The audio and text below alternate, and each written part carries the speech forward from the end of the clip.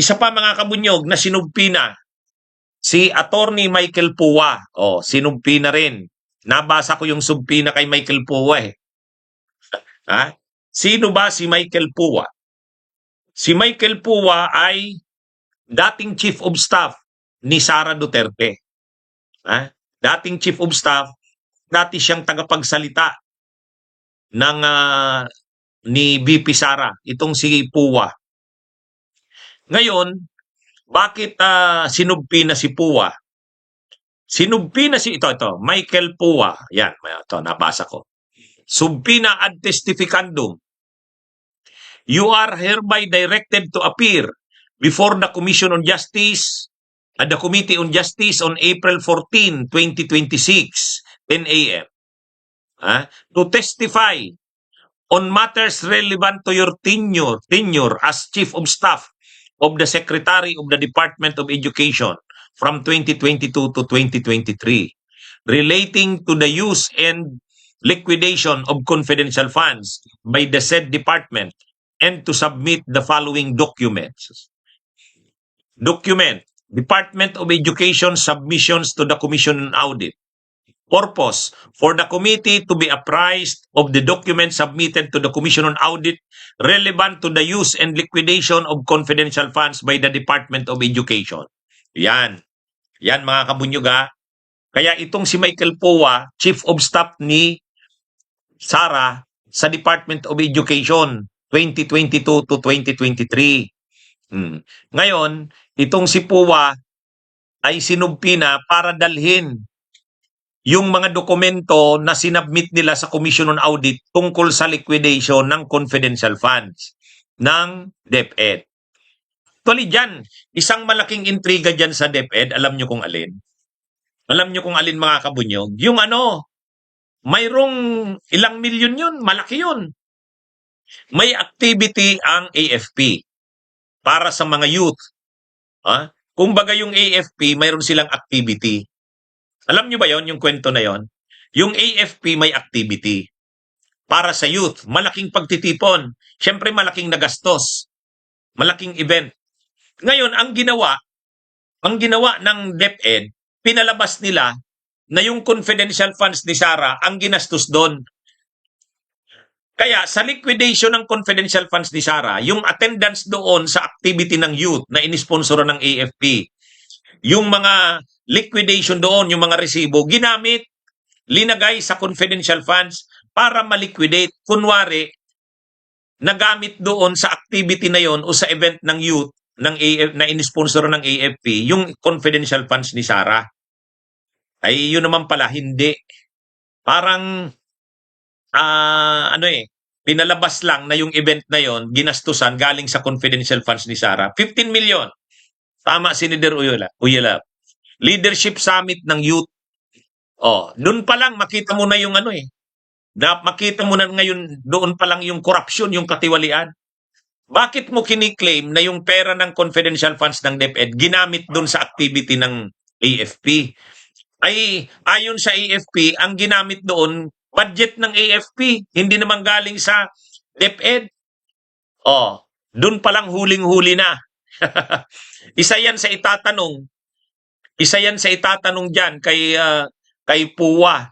Kasi siya yung Chief of Staff ni Sara ng DepEd ng 2022 to 2023 at siya pa yung tagapagsalita. Kaya yan mga kabunyog, mga kababayan. Ano na ito? Marami pang ipapaliwanag yung mga safe house na ang mahal-mahal, nirentahan galing sa confidential funds, ang mahal-mahal. Ipapaliwanag yan. Actually, marami ditong pag itong si Puwa umattend, ewan ko, baka tulad din siya nila Zuleika Lopez at Kehi na naman. Pag tinatanong na, biglang mag-high blood, dadalhin na naman sa veterans. Diba? Ganun yung nangyari diyan sa mga tao ni Sara eh. Pag nakasalang na nag-high blood na, nagpapalpitate na, tapos chine-check up na ng doktor, aalisin na muna. Diba? Sila Zuleika Lopez, yung Paharda, Acosta. Kaya yan mga kabunyog, mga kababayan. Pero Ang tanong muna, a-attend kaya si Puwa? O yun ang tanong. A-attend kaya? Nung una, ang sabi ni Puwa, hindi daw niya aatrasan. Pag nakatanggap daw siya ng subpina, ha, aanuhin niya daw yan. Tatanggapin niya daw yan. Yun ang sabi ni Puwa. Pero ngayon kasi, ang stand ng kampo ni Sara, hindi nila kinikilala yung Justice Committee. Sa tingin, ang ano nila, walang due process ang unconstitutional daw yung Justice Committee hearing na yan. Kaya ewan natin kung a-attend pa yan si Puwa. Pero pag hindi siya umattend, may nakalagay dun sa baba eh. May nakalagay dito sa binasa ko yung subpina kay Puwa eh. Failure to comply with this order is subject to penalty under the law. Yan, patay. Ha? Patay.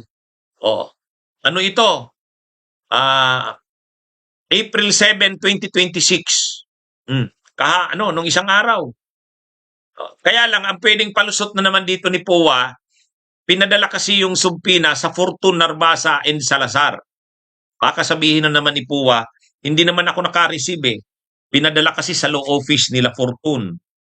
Anyway, kung hindi pa man yan umattend si Puwa sa April 14, pipilitin yan ng Justice Committee. Kaya hindi niya pwedeng baliwalain yung subpina na yan kasi may warning dito. Failure to comply with this order is subject to penalty under the law. Kukontempt siya, ipapa-aresto yan, parang katulad din yan kay Roque. Sige, abangan natin kung hanggang saan ang ni Puwa. Pero ito? Siya yung pinatawag para magpaliwanag ng confidential funds ni Sara sa DepEd. Ito kasing si Sara Duterte matakaw sa confidential funds eh. Saan ka nakakita? DepEd secretary ka, may confidential funds. Alam niyo mga kabunyog, ang confidential funds saka intelligence funds, tungkol yan sa intelligence gathering. Ang intelligence funds, tungkol yan sa intelligence gathering. Ang confidential funds, national security din. Sa totoo lang, yung mga ISAP, Intelligence Service of the AFP, yung mga NICA, National Intelligence Coordinating Agency, NSC, National Security Council, yung mga yan, yung mga ahensya na yan, obvious yan na mayroon na kailangan talaga niya ng confidential funds at intelligence funds. Pero yung DepEd secretary ka, si Sara Duterte lang ang DepEd secretary na nagkaroon ng confidential funds. Alam niyo kung magkano yung binigay sa kanyang confidential funds noong 2023? 500 million. Tapos si Sara Duterte din lang ang vice president na may confidential funds. Si Leni wala namang confidential funds. Walang confidential funds si Leni. Kasi ano naman paggagamitan mo ng confidential funds? 'Di ba? Ano ka lang naman naghihintay ka lang pag may nangyari sa presidente, papalit ka. O anong role mo? National security? Ay, may trabaho ng national security ang presidente. Kaya lang, sa totoo lang talaga, yung mga confidential funds na yan ni Sara, binulsa lang naman yan. Kaya nga nang pinapaliquidate kung saan nagamit, ayun na, Mary Grace Piatos. Tapos yung event ng youth sa AFP, niliquidate, kanila daw yun, samantalang hindi naman kanila. Yan yung totoong nangyari dyan. Ngayon, yan ang ipapaliwanag ni Puwa. Yung liquidation nila ng confidential funds ng DepEd.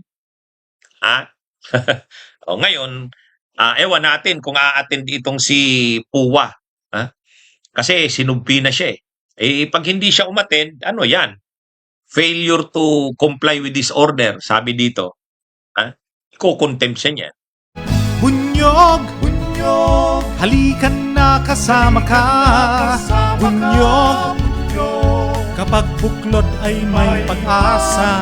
Luzon, Visayas, Mindanao, isa ang pananaw.